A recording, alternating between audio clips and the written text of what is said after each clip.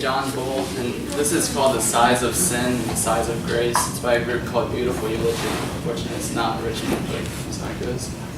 The size of sin is as small as a grain of sand, but separates between wide ocean and dry land.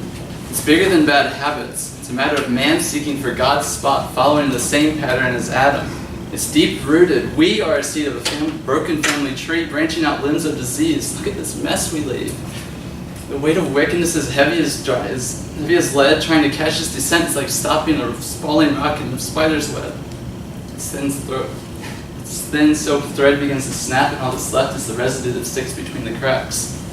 It all ends with a slip into a bottomless pit, grips the heart in man's chest, still swallowing death, sipping for the glass of God's wrath and genuine justice. A just judge must summons for infinite punishment.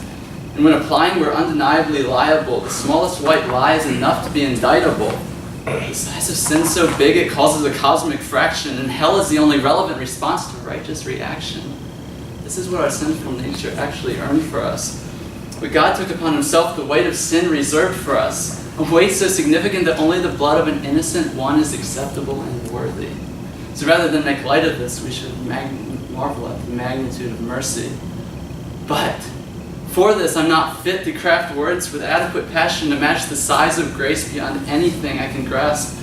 But it grabs hold of me, so I grab on tight and hug it back.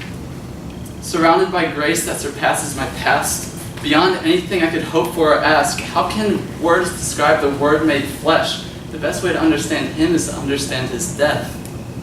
What he set to accomplish and fulfilled with every step, he was sent from the Father, God's gift to the world.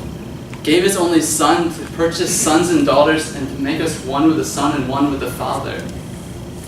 He took upon himself the condemnation I deserved. He resurrected after death, and he promised to return.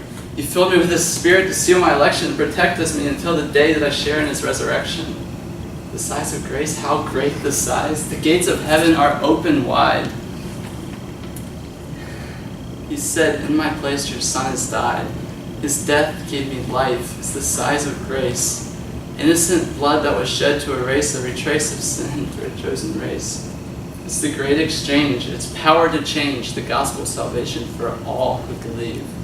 All for his glory, overcoming hatred and sin with his divine love. The size of grace.